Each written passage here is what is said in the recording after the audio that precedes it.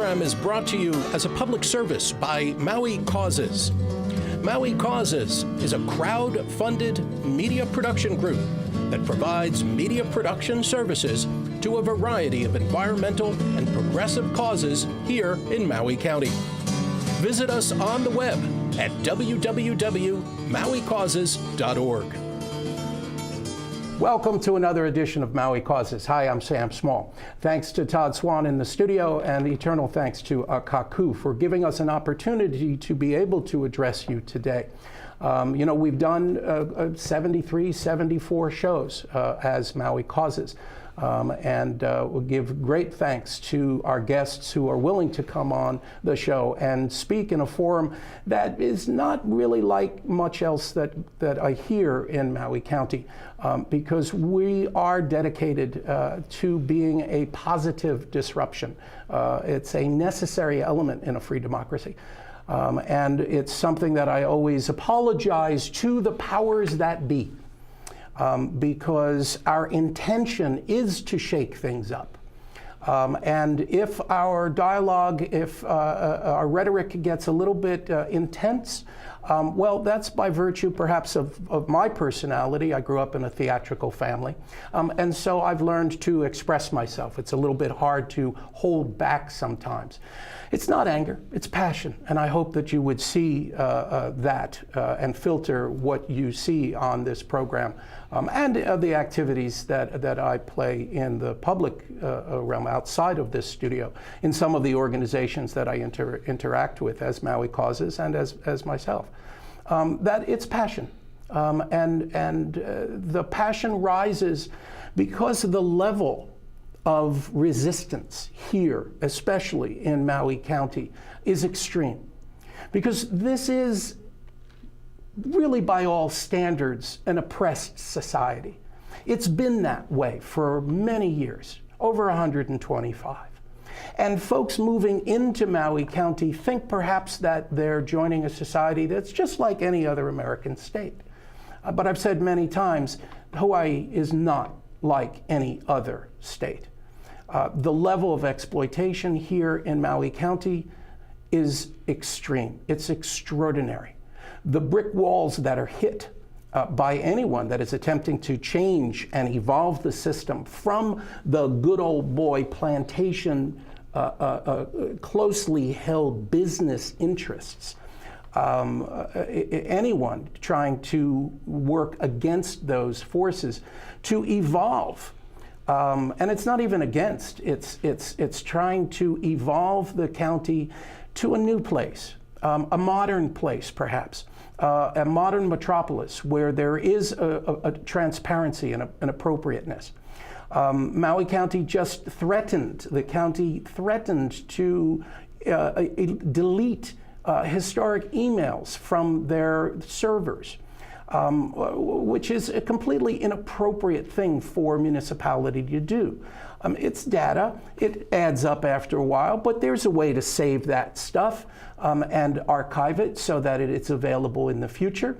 But they were talking about actually deleting stuff. And that's not in your best interest. That's in the best interest of individuals who have actually committed fraud over time. It allows them to cover their tracks.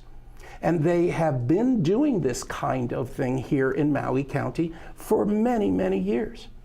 I recently was invited to give a presentation to Ellie Cochran's Infrastructure and Environment Committee.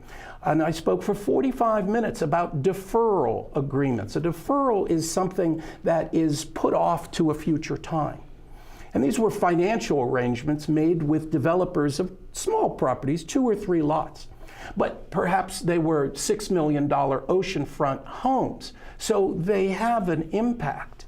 If you ever wondered how a home, a mansion, got built in a location that perhaps really no home ever should have been built. Well, these financial and structural manipulations in the planning and public works departments, facilitated by the directors of those departments, these mechanisms are how that house got built. And so that's important, and I think that's why the council wanted to hear the presentation, because there are lingering effects of those years and years and years of manipulations. And in fact, those manipulations have been going on since the 70s. They went on, uncollected deferral agreements. A deferral, as I said before, is something that you put off to a future date. But if you never intend on collecting on the deferral, then it's not really a deferral, it becomes an exemption. Those developers were exempted from their responsibility of putting in environmental protections when they developed the land. This is before the house got built. This is when streets and utilities go in, the first step of land development. And land development is at the core of much of the issues that our society is presented with here in Maui County. It was manipulated from the 70s, and in fact, it's being manipulated today. In 2015, a new form of exemption, done in secret, essentially, was created in the upcountry water meter bill, the Upcountry Water Bill of 2015.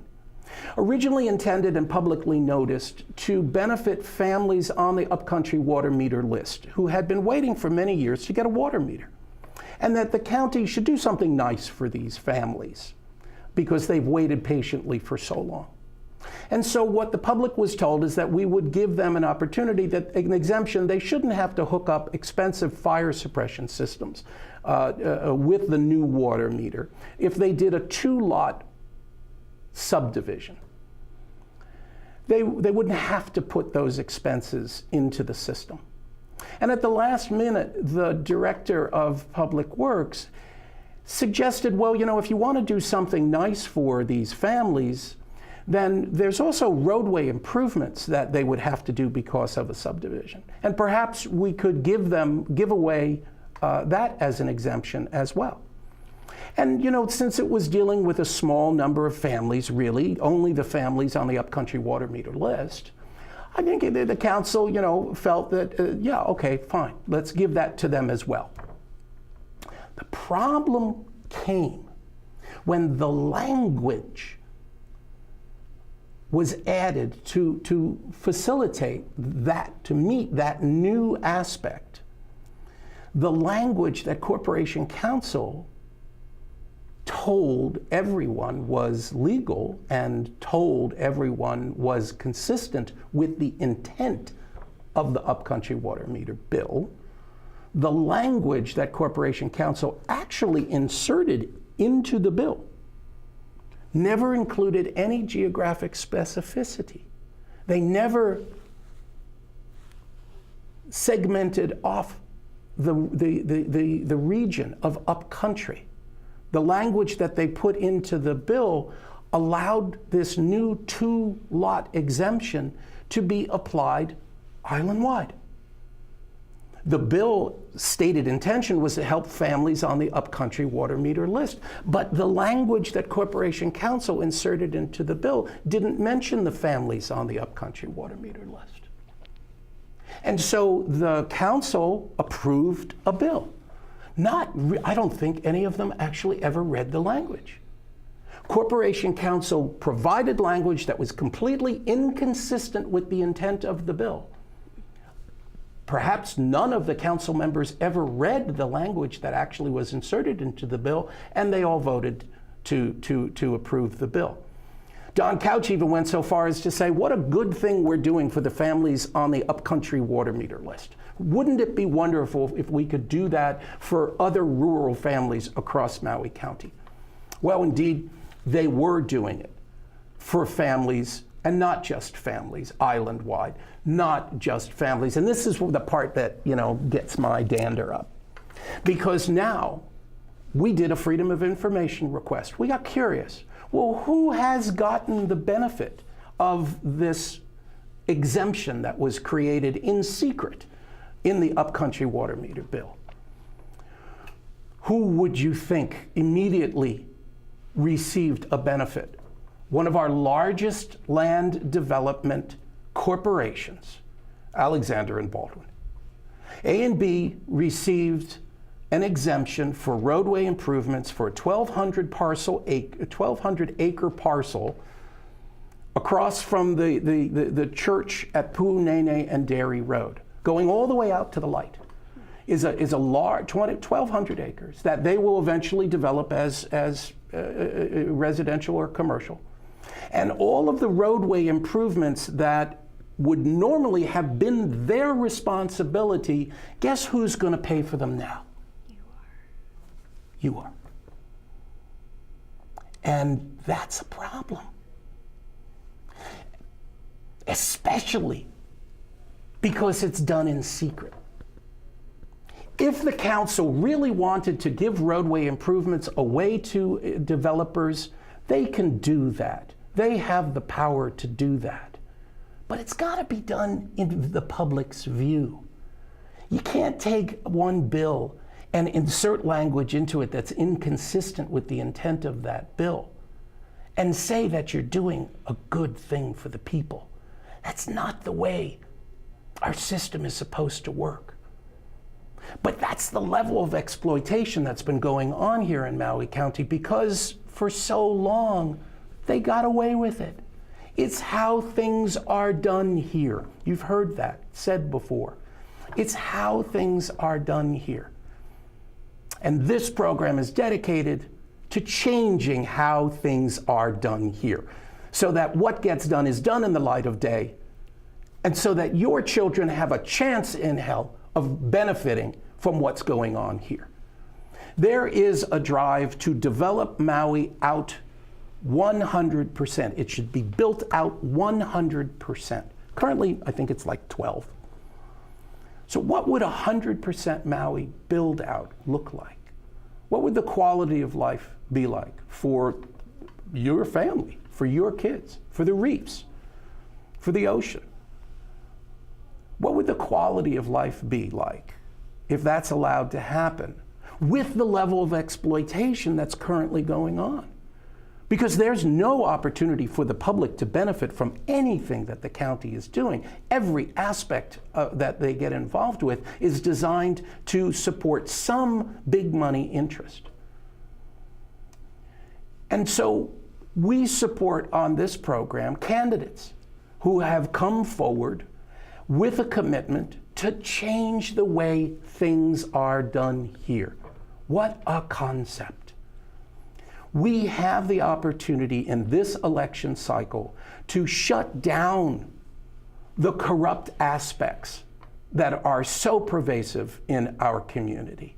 We have the opportunity to take back control of the political process here in Maui County. If we're able to get enough candidates elected to our county council so that they have a majority, we can change this system. If we have a mayor who understands and cooperates with the council to make these kinds of changes, radical changes could happen in a very short period of time.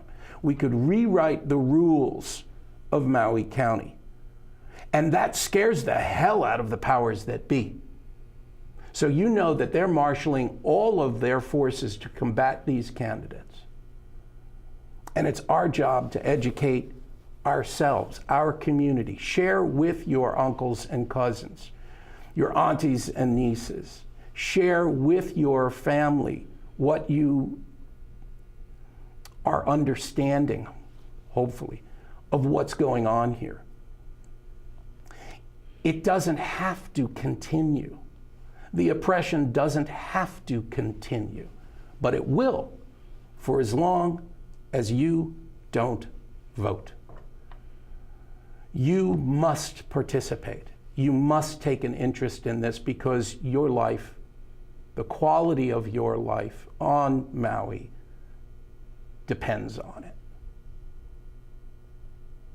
We have a primary election in August 11th, and some of the candidates, especially running for State House, absolutely need your support because that party-affiliated primary is essentially their election.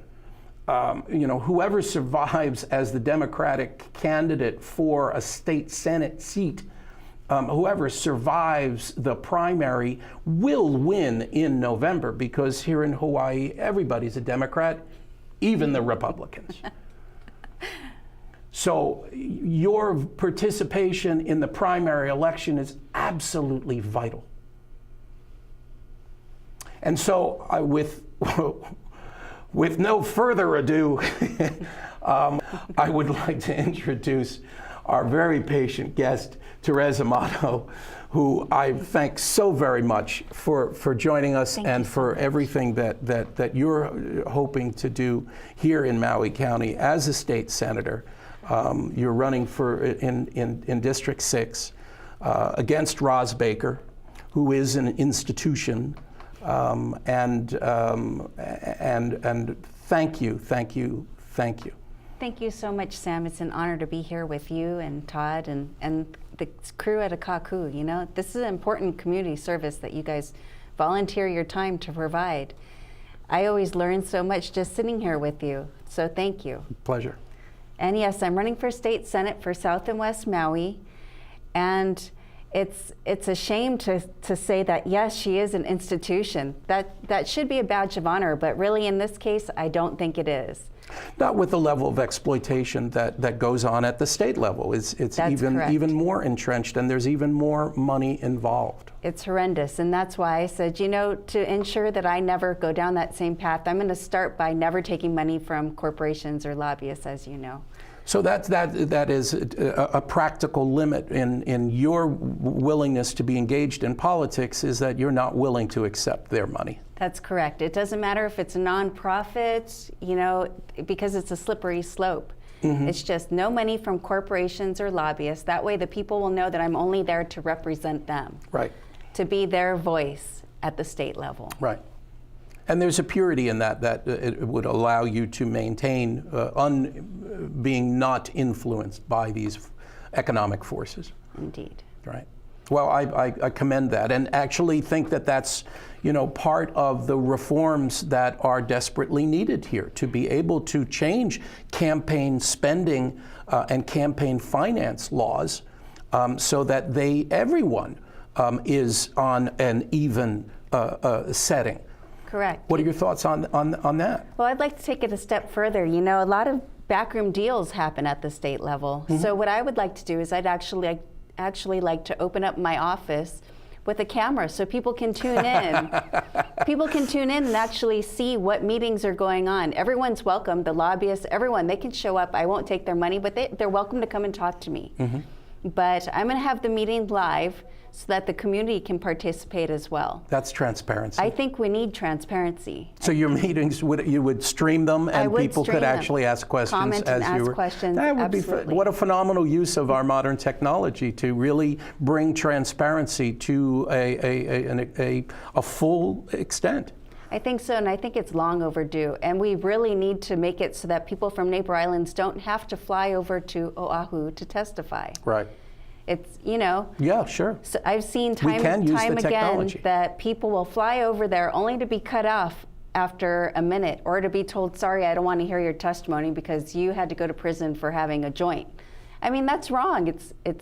I won't swear today, but I'll just say it's wrong. Well, you know, just to step back a touch, the notion of having cameras in a legislator's office, it's pretty much the same thing as asking a policeman to wear a body camera. It really is part of the same process. The police are sworn to protect, and serve the public, and so are our politicians. Our elected officials are sworn to, serve and protect the public. That's correct. And that level of transparency would be phenomenal. Well, I'm happy to bring it. That would be really cool. I think it's long overdue. You know, we should know who these people we're voting for represent. Right.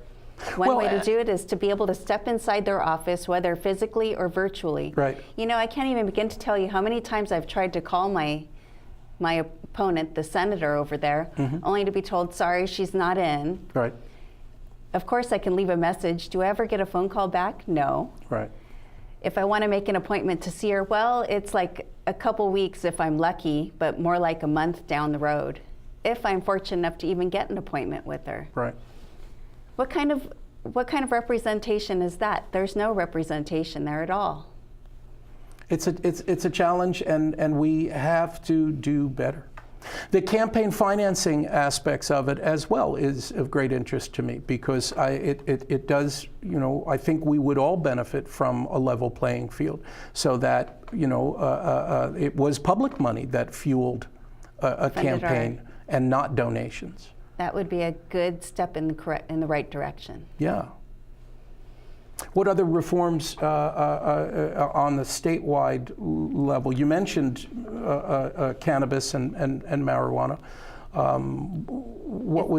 Why did you mention that? Well, I think it's high time for cannabis legalization in Hawaii. We're missing the boat.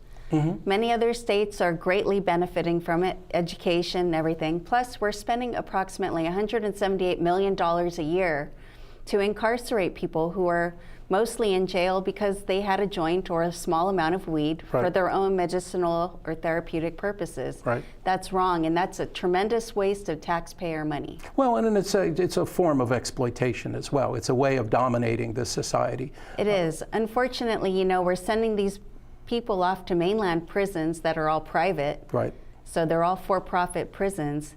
And it's shocking to me that my opponent actually supported legislation to try and create private-public partnerships here in Hawaii for the prison system. But that's wrong. People are not commodities. We're human.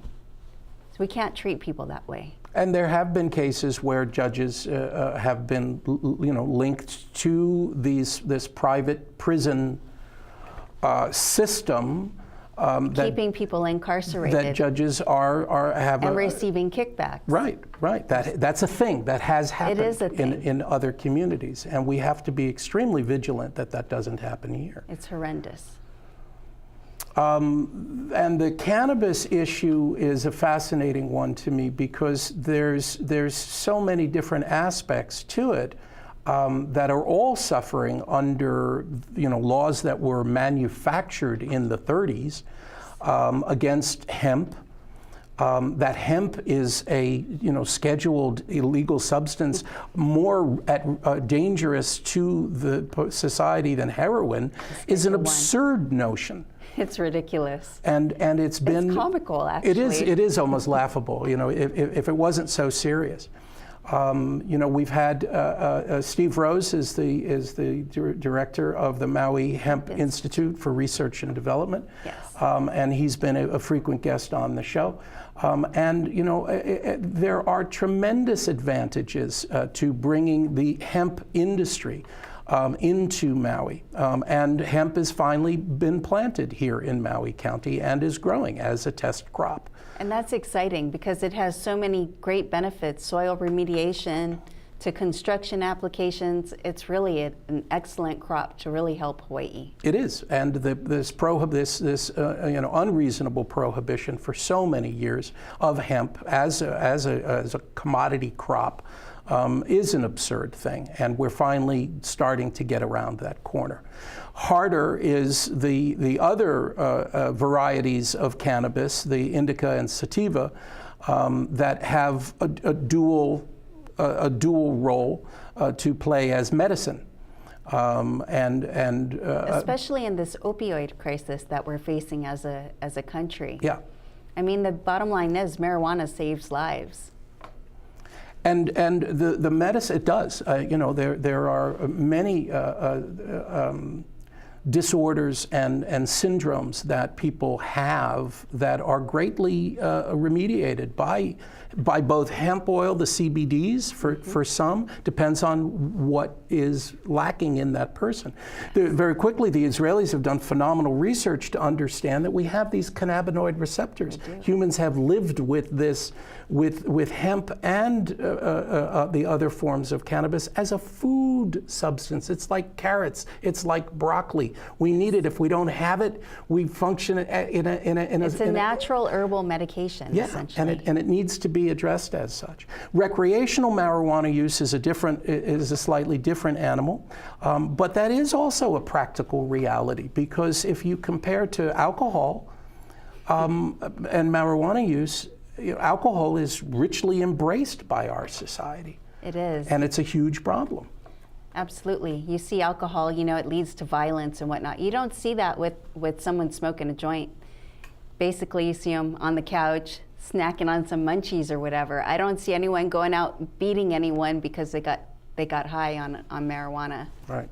Doesn't happen. Traffic fatalities, the same thing. Correct. It doesn't happen. Right. So there is a very strong argument, I think, for all of a freedom of access to all of it. The restrictions that were created were very artificial, and they never really were of a reality, and they need to be removed in our modern society. So I laud you for taking that position as well. There's other things that surprise me of issues that are really strange here in Maui County and in Hawaii. It always seems that what's really going on is based on donations and money. Yeah, it's almost like protection money, and you have to ask, what do these people expect in repayment for the money that they donate to her campaign? What kind of protection are they being provided? I mean, you look at 3095, which is a great step in the right direction, But what is it, 3095? SB 3095 is the pesticide bill. Okay. So it's a great step in the right direction, but it doesn't go far enough, and we have to do better. It's a good starting point, but it's time to push it even further. Unfortunately, in the Commerce and Corporate Protection and Health Committee, they removed the public disclosure aspect of the bill. Oh. So disclosure goes to the Department of Ag. And so that's wrong. The public has a right to know what's being sprayed and where and in what quantities. Right. Well, then the public will be given a generalized disclosure at the end of the year, like a summary. This is how many tons and tons of toxic chemicals we sprayed on, a few miles away from your house. But you don't get the specifics. Well, and the Department of Ag is woefully understaffed.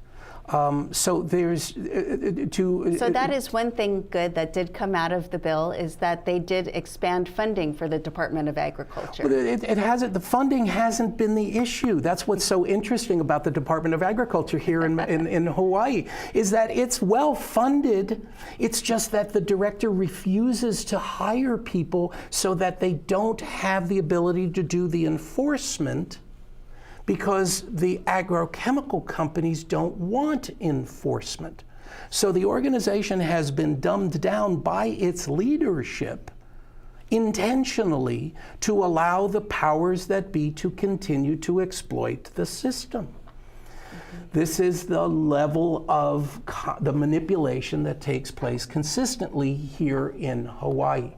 And the reason that the transparency that Terez is talking about is so important. We're going to be back in just a minute with Terez Amato talking about more issues affecting Hawaii and why she's choosing to run for state Senate office. We'll be right back. There's more to our show in just a moment. This program is brought to you as a public service by Maui Causes. Maui Causes is a crowd-funded media production group that provides media production services to a variety of environmental and progressive causes here in Maui County. Visit us on the web at www.mauicauses.org. Welcome back to Maui Causes. I'm Sam Small. With me today is Terez Amato, who is running for state Senate seat against Roz Baker, District 6. And we've been talking about a variety of issues and structural challenges to our political system here in Hawaii, most specifically related to money and control. And I really appreciate your commitment to creating a level platform and not being influenced by those corporations and financial interests that do control and exploit so much of our society here. We have an obligation to the community to bring this transparency back home to Maui, you know? Far too often we're kept in the dark by what goes on over there on Oahu. It's not right. And so how did you end up in politics? How did this come to be that you're running for office? So, you know, to be honest, it was the last thing I ever thought I would do. I'm the shy person who's over here shaking behind the table. But I started paying attention. You know, back in 2013, there was a public hearing that I watched on TV, and the way that my senator that I had been voting for blindly, year after year after year, not paying attention, just marking a box, you know, like most people do. Like most people do. I watched a hearing in her committee, and I was blown away by the manner in which the testifiers were being treated. It had me in tears. It was just wrong. It was so disrespectful and so rude that I thought, who is this person that I've been voting for? Something needs to change. So we start out saying something has to be done. And then you start realizing, well, no one else is doing it. Maybe it falls on me. Since I see the problem now, I can't ignore it anymore. Right. Someone has to do something. Maybe I should try and do something. Well, and that's why we have this show, because I mirror that and share that sentiment. We have the ability, Akaku provides the studio, we know how to push the buttons to make it work, and so why not, you know, be here and make that commitment to the community. It's important. The community needs to know what's happening. Yeah. And so that process for you, you ran once before and learned a lot? I learned quite a bit. I knocked on over 7,000 doors in 2014. Mm-hmm. My opponent won with only 52% of the vote. If I had managed to flip another 250 voters, I could have won that election. It's amazing how few votes. That's what it always constantly amazes me that how few votes it actually takes to win the election here. It's true. It's unfortunate that we have such a low voter turnout, but in a race such as that one, it makes a big difference. It helps. Yep. But you know, at the same time, my opponent spent almost 5 times the amount of money on the election that I did. Wow. That's what's really shocking. Yeah, that's a big difference. It was a lot of money that she poured in through her super PACs and her corporate donors. Right. And there is a tremendous amount of money at stake in the whole process. So that is a very real element to what's going on here. It is, and it goes back to the idea of protection money. What do they expect in return for this money that they donate to my opponent? Right. So knocking on doors, yes, and listening to what people's concerns were, what did you learn? I learned that many people like myself were not really that aware of what goes on over there. They just see a name, they recognize it, and they vote for it. So it was nice for me to be able to reach out to community members. I had this wonderful, really nice older gentleman tell me one day, nobody's ever come to my house before. I've lived here for 60 some odd years. No one's ever come to my house. And he thanked me, and he's like, I don't have a lot of money, but I'm going to make a donation to your campaign. Just thank you for coming. How sweet is that? It warms my heart, but you know, it's like, why aren't our elected leaders doing this? They serve us. They're supposed to be reaching out to us and making those connections. Right. So that was one thing I learned. I also learned that we have many very lonely kupuna in our community. So a lot of people were just like, come sit down and talk story, you know, just be friends. Right. We have to do more for. And a lot of people living alone, elderly folks, that's our audience. You know, say hello to those people, because they do. I hear from those people who are, you know, shut in to some extent, and they rely on cable access as their lifeline to be able to connect to their community. They watch this show. Well, that was one of the sweetest aspects of knocking on doors, was the opportunity to actually connect with those individuals who mainly stay home. They don't go out a lot. So they don't have many friends or community connections. And so it was nice just to be able to be a friend and to hear them say, well, you know, I'm really worried about the traffic or whatever the issue might have been. but for them it was more that personal connection. And so I gave out my phone number to thousands of people as well. As a matter of fact, I might as well give it to everybody here as well. It's 808-276-1650. Feel free to call me anytime. I'm happy to just talk story. So sometimes I would get a call from a senior person that would say, you showed up at my house, thank you. And it's okay. The idea is, as an elected leader, you are the extension of everyone in the community. Yeah. Your job is to take their voices and their needs and wishes to the state level and make sure that they are heard and represented.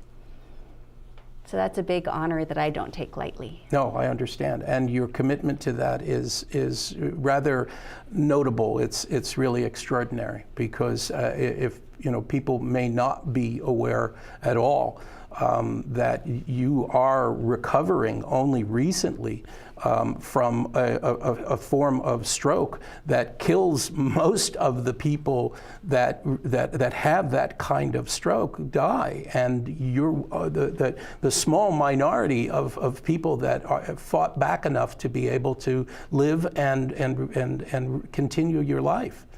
It's true. By all intents and purposes, I'm supposed to be dead right now, but I was fortunate enough. I had a great team of doctors and a very supportive mate who lived with me in the hospital for 2.5 months while I recovered from massive hemorrhagic stroke back at the end of 2016.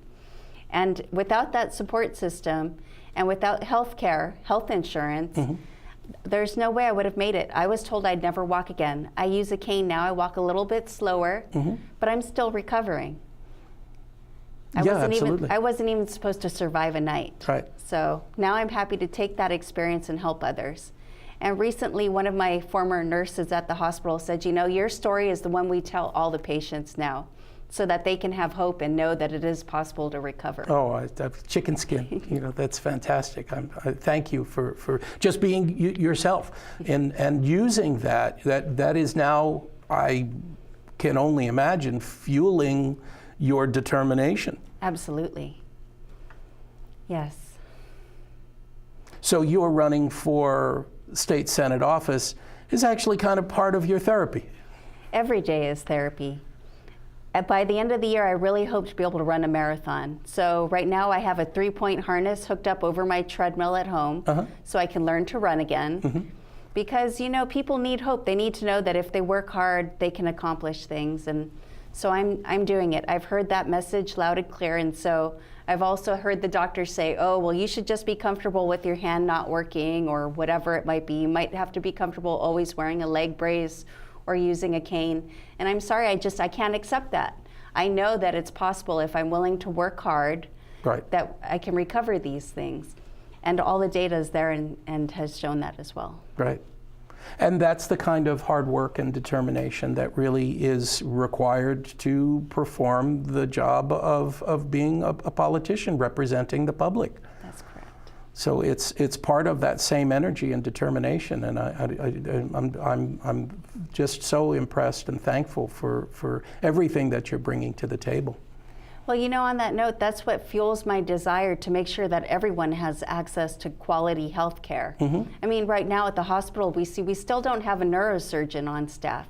So if I have the same stroke that I had in 2016, which I won't, thank God, but if I were to have a stroke now, my biggest hope would be that they could stabilize me long enough to fly me to Oahu. Because there's no neurosurgeon, so there's nothing they would have been able to do for me here. Right. And what other changes in the healthcare system do you envision? Well, on that note, I received some assistance. I have a nurse that will come and help me occasionally. And so, what I've also found is that we have a system in place where I'm given a sheet that is essentially blank and I'm told just sign the form. And so where's the accountability? I run into issues and they're like, oh, well, sorry, we can't send anybody, If I run into an issue where they don't show up, if I say something to the company, they're like, sorry, and they try to cut me off. That's wrong. And it makes you wonder, how much of this is going on? It's abusive. If it's happening to you, how many other people are being abused the same way? And silenced, essentially. Right, and that's taxpayer money. Yeah, that's what I was going to ask. That medical service is available to you through My what? health care, yes. Through what form of health care do you have? I have my health insurance is through the state. Through the state. So it's taxpayer funded. Right. That's why it's really alarming to me when I'm told, essentially what happens is if I say, well, wait a minute, something isn't exactly right, then I'm told, sorry, we're cutting you off. Right. It's wrong. It's a waste of taxpayer money. Well, and that's, And I've asked, well, are these timesheets ever audited? I'm one of those people, I'll kind of make a little note, just so I know for myself when someone shows up or when someone leaves. Right. But I don't think they do any audits. I think it's time that we have some serious audits at the state level to figure out where this money goes and how it's being used. And I'm sure most of it is completely above board and completely okay. But I think there is a small amount that's slipping through the cracks that we're paying for, you're paying for, and is being wasted. And I think it's not necessarily a small amount. There have been several calls for a complete audit of the state education system. Yes. A complete audit, forensic audit, financial audit of the healthcare system, so that there can be, new levels of accountability put in place, because of the historic abuse and the lack of accountability. Indeed, and that's why it's shocking to me that my opponent also fought against funding the Hawaii Health Authority, which wanted to actually look into and audit these issues and figure out why our healthcare costs are rising at exorbitant levels, yet services are decreasing. I think the general idea is that most of it, over 80%, is going to overhead administrative costs, not patient care. Right, and the education. It's not going in doctors' pockets. Right. It's so often, doctors make too much, or it's those overpaid nurses at the hospital or whatever. But that's wrong. No, I haven't heard. I've never met an overpaid nurse. I'm sorry. I've never met an overpaid nurse. Neither have I. Those poor nurses, they work hard. They are the lifeline. They do a lot of the work for the doctors. Oh, absolutely. And the education system, is the same thing. It's tremendously top-heavy by most accounts. I've heard from a few politicians to make the astounding claim that no, the education system isn't broken. As a parent, I've sent my 4 kids through the Hawaii Public School. I would say there are some issues, and an audit would be a good thing. We could also really use a teacher who actually sits on the Board of Education and has a voice, a vote. Because right now that isn't happening. We need teachers at the table. Well, and that's one of the favorite sayings of Alika Atai, who's been a guest on this show before. If you're not at the table, you're on the menu. Thank you. That's correct. That is the rallying cry to this community. That it is your responsibility and in the best interests of you and your family to listen and participate in these issues. Take the information that Terez is sharing and talk to your family and friends about these issues. Share the understanding that we have an opportunity to assert control in our own backyards, in our own huis, so that our life going forward from here reflects what we want and what our families need, not the needs of shareholders and off-island corporations. Speaking of education, you've been endorsed by HSTA. That is, for people who don't know what that is. It's the Hawaii State Teachers Association. I'm very proud of that endorsement. I would be honored. too, and I'm very thankful for them for recognizing. Why do you think that they supported you over the institution, Roz Baker? I think part of it has to do with the fact that she's never actually co-sponsored or introduced a bill in support of education or the teachers. In all of her years in public service? At least in the past 10 years is only as far back as I looked. Right. Well, 10 years is long enough. Public education. Indeed. Should anyone really be in elected office for 10 to 20 years? I'm not so sure. Well, the term limits is a whole other issue, sure. It really is. Gosh, we could really use some term limits. Give me a plate of term limits, please. Yes, we could use it. Supersize it. Yeah, and you know, that's an issue here in Maui County as well. The structure of our government would very much benefit from a Perhaps lifetime term limits. Right, and there was a contest just recently to you know, this notion that the word consecutive, we could in Maui County just simply remove that word consecutive, so that council members would not be able to serve 5 years, Take 2 off, take and run 2 again. off, and run again. That's correct. Right, that is not really a service. Or serve as a mayor and then come back and run for a council seat. That's a scary thing. That's not right. You know, if you run for mayor, that should be it. You're cut off. Okay, now you have no choice. If you want to keep playing the political game, maybe you should look at the state level. It is an option, and it's also a scary option for some of our existing politicians. It because really is. I don't think, you know, I think that current situation where the mayor is running for county council, I don't think the mayor could survive a statewide candidacy. I don't think he's got a shot in hell of winning a statewide candidacy.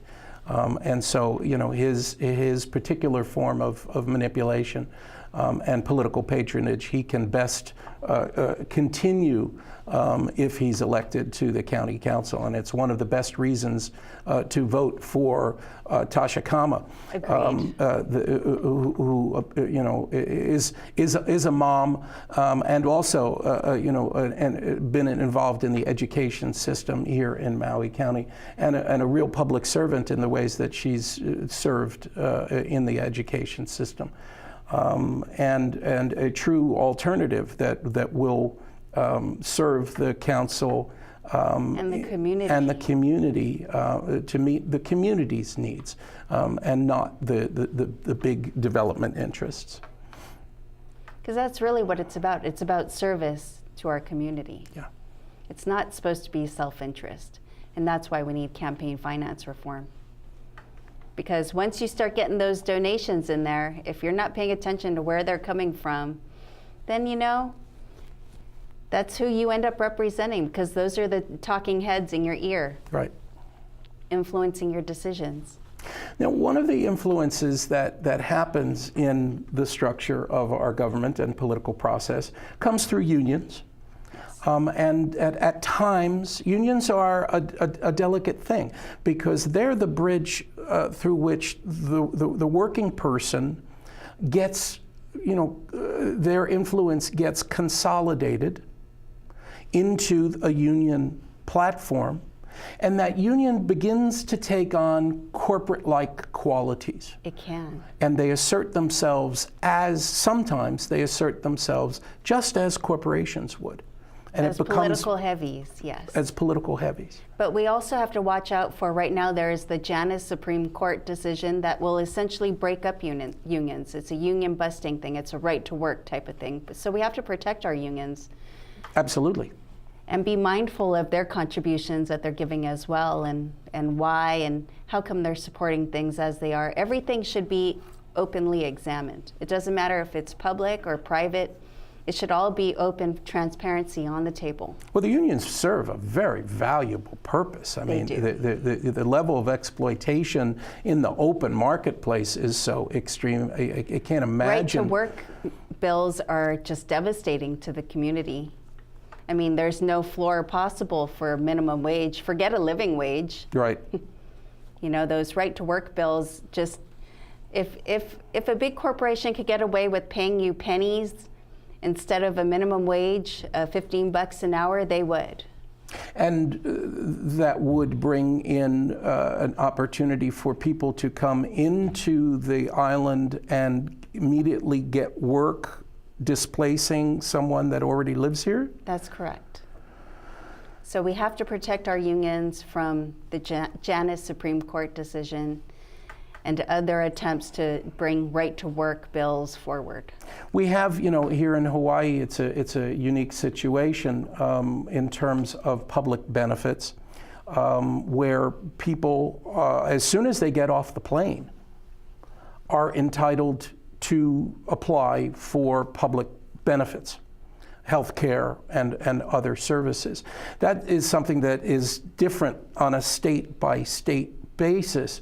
But I don't know when it happened, but there was a Supreme Court decision a number of years ago that locked in the states, that at that point in time, whatever the state's program was for new people, if they had residency requirements, if they didn't have residency requirements, as Hawaii did not have a residency requirement because it really wasn't a problem here at the time, we were locked in.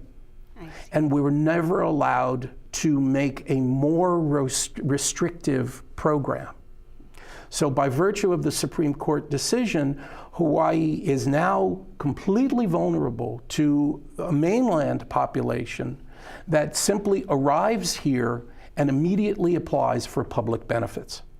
That's a possibility, but I just want to caution that most people who apply for benefits aren't doing it because they're lazy or they don't want to work. They genuinely need the assistance, and no one really wants it to be a lifestyle or a forever thing. When I was raising my children, had I not been able to receive some level of food assistance, it became a decision of, well, do I pay the electric bill or do I buy dinner? Right. And no parent should ever have to make those decisions. Well, these are nuanced areas because there is a population, that actually does see it as a lifestyle. We do, experience situations where indigent individuals, they get a ticket.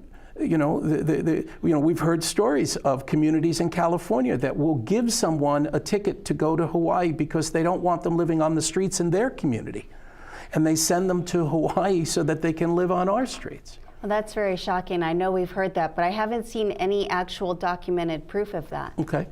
So, it is. While it's a possibility, especially for the winter, they've got harsh winters in some places. Absolutely. It makes sense that they'd say, hey, go somewhere it's warm, Right. You can pick your food right off the trees. Right. And we can't change that aspect because it's locked in by the Supreme Court. So even if we wanted to create a residency requirement, we have no ability to do so.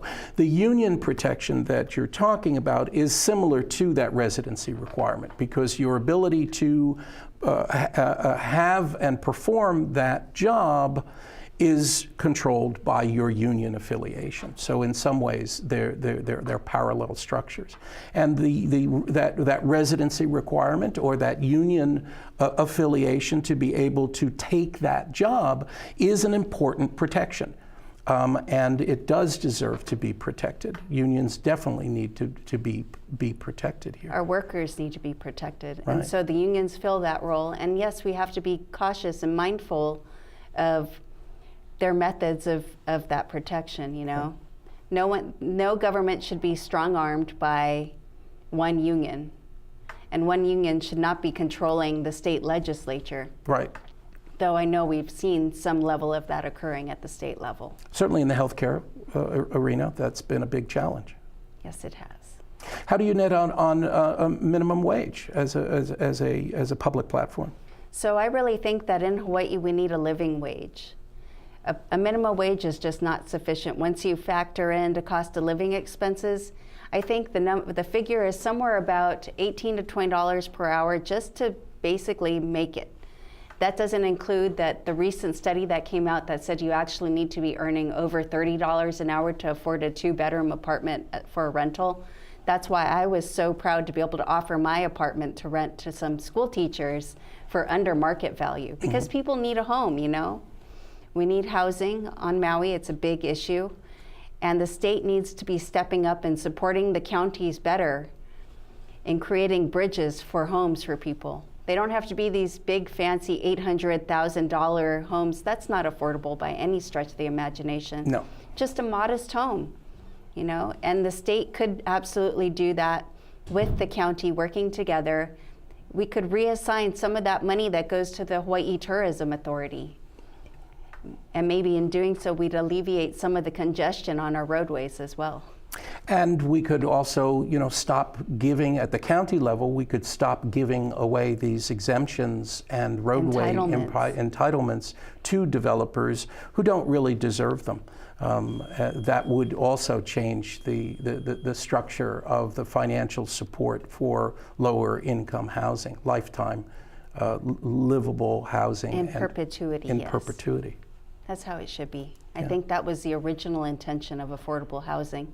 Not that you hang on to it for a couple years and then you flip it for a huge double the price or something.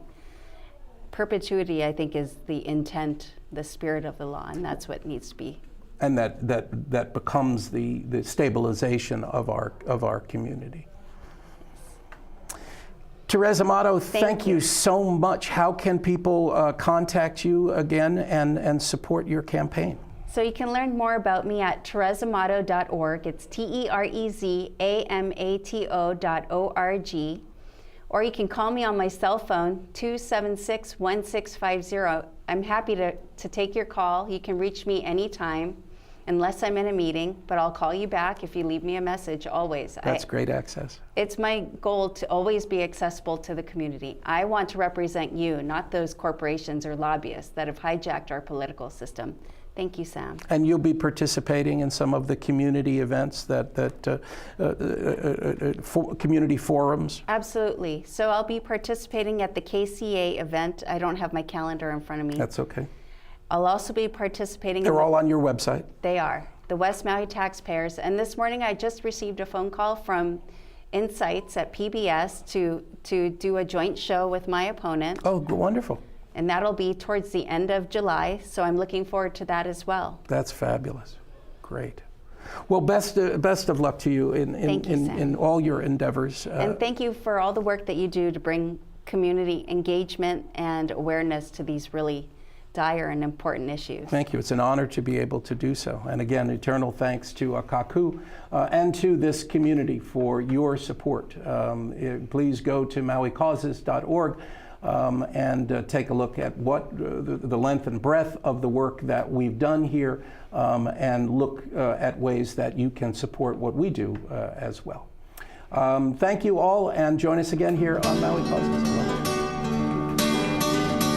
This program is brought to you as a public service by Maui Causes. Maui Causes is a crowd-funded media production group that provides media production services to a variety of environmental and progressive causes here in Maui County. Visit us on the web at www.mauicauses.org.